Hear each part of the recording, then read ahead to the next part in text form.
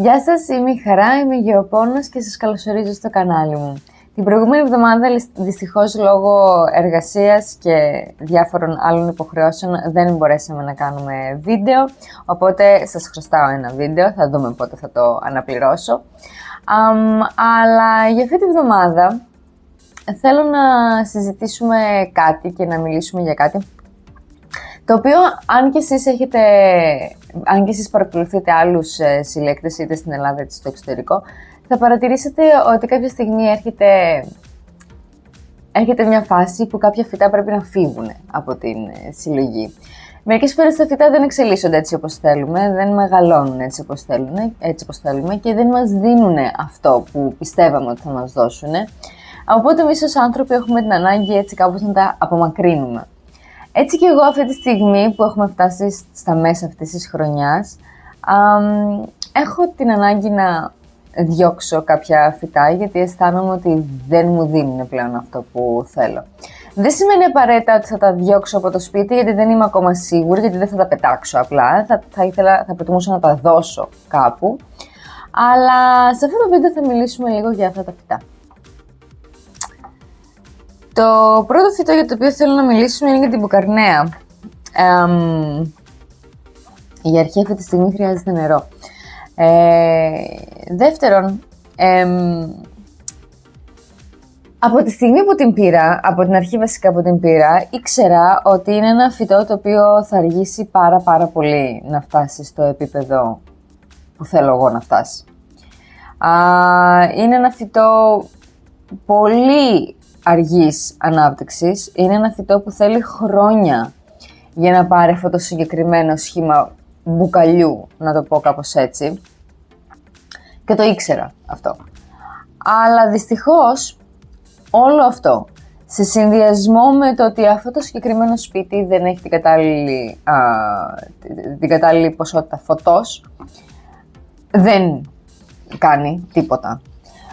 Βγάζει ναι μεν καινούργια φύλλα, αλλά δεν υψώνεται ο βλαστός, τέλος πάντων, έτσι όπως θα ήθελα να υψωθεί. Πίστευα ότι μετά από 2 χρόνια θα έχω καταφέρει, δεν το καταφέρνω εγώ, ότι το φυτό μάλλον θα έχει καταφέρει να υψώσει κάποιο βλαστό, το οποίο δεν έχει γίνει. Και να πω την αλήθεια, δεν φταίει απαραίτητα και το φυτό, γιατί όπως είπα, εγώ δεν μπορώ να του δώσω το κατάλληλο φως, δεν μπορώ να του δώσω τις κατάλληλες συνθήκες. Οπότε αυτός είναι και ο λόγος που το φυτό αργεί τόσο πολύ. Δυστυχώς όμως, αισθάνομαι ότι μου τρώει χώρο. Ότι δεν έχω έτσι κι αλλιώς αρκετό χώρο μέσα στο σπίτι, γιατί είναι ένα πολύ μικρό σπίτι. Και ότι αυτή τη στιγμή μου τρώει αυτόν τον χώρο και επειδή όπως βλέπουμε είναι ένα φουντωτό φυτό, πιάνει παραπάνω χώρο από αυτό εδώ πέρα το σημείο. Σκέφτομαι λοιπόν να δω άμα το θέλει κάποιος φίλος ή κάποιος συγγενής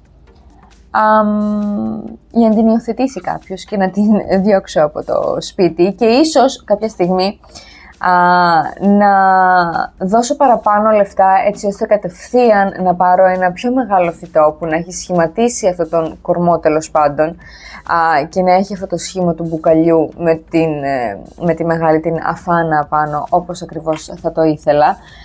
Γιατί σας έχω νομίζω ξαναπεί ότι κάποια φυτά αργούν τόσο πολύ να αναπτυχθούν που ίσως είναι καλύτερο να μαζέψετε παραπάνω λεφτά και να πάρετε απευθείας το μέγεθος και το σχήμα το οποίο θέλετε, παρόλο που στοιχίζει πολύ περισσότερο. Γιατί μερικές φορές δεν γίνεται απλά να περιμένουμε το φυτό να μεγαλώσει. Οπότε η μπουκαρνέα είναι ένα από αυτά τα φυτά τα οποία ίσως να τα διώξω από τη συλλογή. Το άλλο φυτό είναι η σεφλέρα. Δεν μπορώ καθόλου. Δεν μπορώ, απλά δεν μπορώ. Απλά δεν μπορώ. Να πω την αλήθεια, είναι λίγο εκνευριστικό. Δηλαδή μου προκαλεί εκνευρισμό το συγκεκριμένο φυτό. Που και πάλι δεν φταίει το φυτό, φταίει το φως. Δεν έχω το κατάλληλο φως για να μεγαλώσει τη σεφλέρα. Θα μπορούσα να την βγάλω έξω και να την έχω στο μπαλκόνι, αλλά έχουμε ένα τόσο μικρό μπαλκόνι που οριακά ανοίγουν τα τα παντζούρια και δεν θέλω να βάλω άλλα πράγματα έξω που έχω ήδη λίγα φυτά. Γιατί πολύ απλά είναι πολύ δύσκολο να κλείσεις γρήγορα τα παντζούρια ή να ανοίξεις γρήγορα τα παντζούρια. Και με εκνευρίζει και αυτό. Η Σεφλέρα, αν θυμάστε, είχε και ένα ακόμα μεγάλο βλαστό, τον έκοψα, δεν έχει επιβιώσει αυτός ο βλαστός, δεν μπόρεσε να επιβιώσει και δεν μπορώ άλλο να το κάνω αυτό. Πιστεύω ότι πρέπει να πάει σε ένα μπαλκόνι και θα ρωτήσω άμα το θέλει η μαμά του Τεό, που της αρέσουν τα φυτά στο μπαλκόνι, γιατί πλέον δεν δουλεύει όλο αυτό μέσα στο σπίτι και επίσης μου κρατάει και αυτό το πολύ ωραίο κασπό που θα μπορούσα να βάλω κάτι άλλο και να δείχνει πολύ περισσότερο.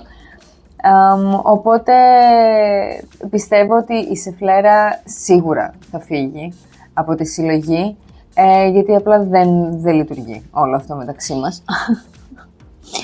Και δεν μπορώ να το κάνω όλο αυτό. Δεν μπορώ να της αλλάξω κάποια θέση, δεν υπάρχει κάποιο σημείο με περισσότερο φως. Είναι ήδη πάρα πολύ κοντά στην μπαλκονόπορτα.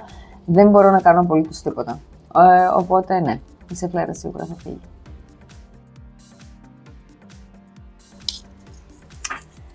Και το τελευταίο φυτό το οποίο δεν μπορώ να το ψυχολογήσω είναι η Brightness. Όπου να σας πω την αλήθεια,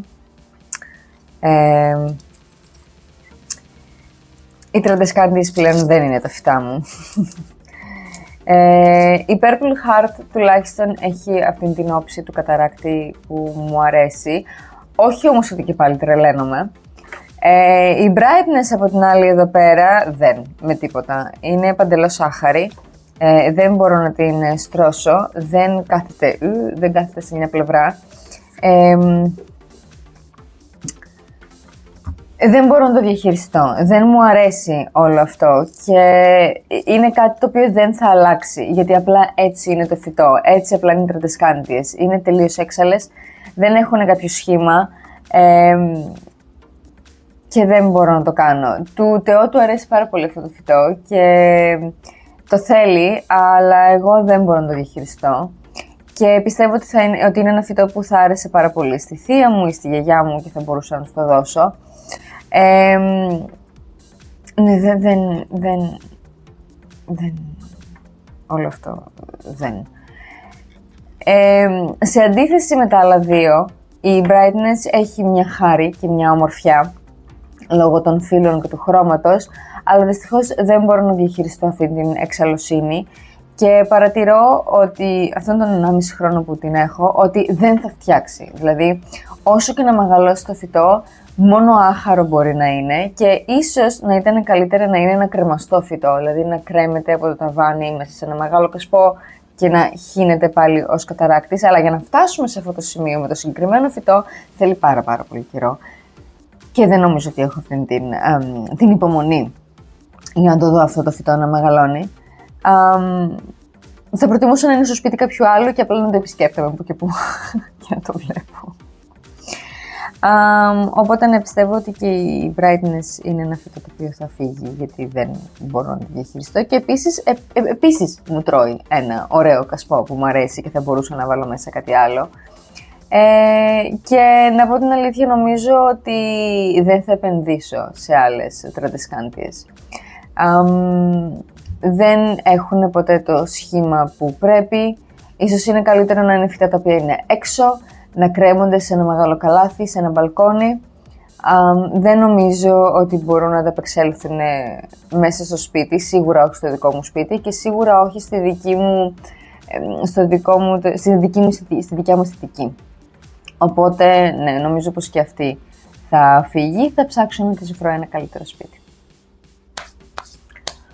Αυτά λοιπόν για το σημερινό βίντεο. Θέλω να τονίσω ότι δεν είναι άσχημο το να αφήνεις ένα φυτό.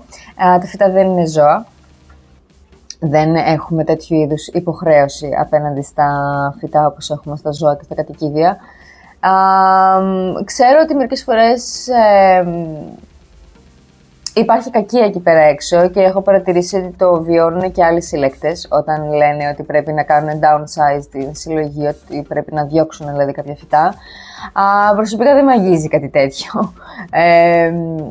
Δεν είναι εύκολο να μεγαλώνεις τόσο πολλά φυτά. Και επίσης αλλάζουμε οι άνθρωποι και εξελισσόμαστε. Μερικές φορές κάτι που πριν από 2 χρόνια σε ικανοποιούσε σε τέτοιο επίπεδο, πλέον δεν σε ικανοποιεί και πρέπει να το βγάλεις από το σπίτι. Είναι λίγο σαν αυτό της Marie Kondo, ότι άμα σου δίνει χαρά το κρατάς, άμα δεν σου δίνει πλέον χαρά το διώχνεις. Και θεωρώ ότι τα φυτά έχουν αυτό το καλό ότι δεν έχουμε αυτή την υποχρέωση απέναντί τους. Μπορούμε να τους βρούμε ένα άλλο σπίτι ή ακόμα μπορούμε να τα φυτέψουμε σε ένα χωράφι. Όχι όλα. Μην ξεκινήσετε να φυτεύετε τους πόθους σε χωράφια, θα μας βρει κακό. Αλλά ναι, κάποια ίσως να μπορούσαν να τα βάλεις σε μια βεράντα, σε ένα χωριό, σε μια αυλή, έτσι ώστε να φύγουν μέσα από το σπίτι. Και επίσης πάντα έχουμε αυτό το δικαίωμα του να ξαναπροσπαθήσουμε και να αγοράσουμε κάτι άλλο το οποίο θα μας ικανοποιεί περισσότερο. Εγώ, ας πούμε, σκέφτομαι πραγματικά κάποια στιγμή να πάρω μια μπουκαρνέα η οποία να είναι όντως πολύ πολύ μεγαλύτερη και να έχει το σχήμα που θέλω, οπότε να είμαι πιο ικανοποιημένη με αυτό. Αυτά λοιπόν για σήμερα. Ξέρω ότι πάλι έχω κάνει ένα πολύ μικρό βιντεάκι, αλλά δυστυχώς δεν έχω πάρα πολύ χρόνο αυτή την περίοδο. Οπότε σας ευχαριστώ πάρα πολύ για την παρέα. Γράψτε μου κάτω στα σχόλια ποια φυτά εσείς έχετε διώξει από τη συλλογή σας ή θα θέλατε ή πλέον δεν σας ικανοποιούν τόσο πολύ όσο παλιότερα. Και είμαι η Χαρά και θα σας δω στο επόμενο βίντεο. Γεια σας!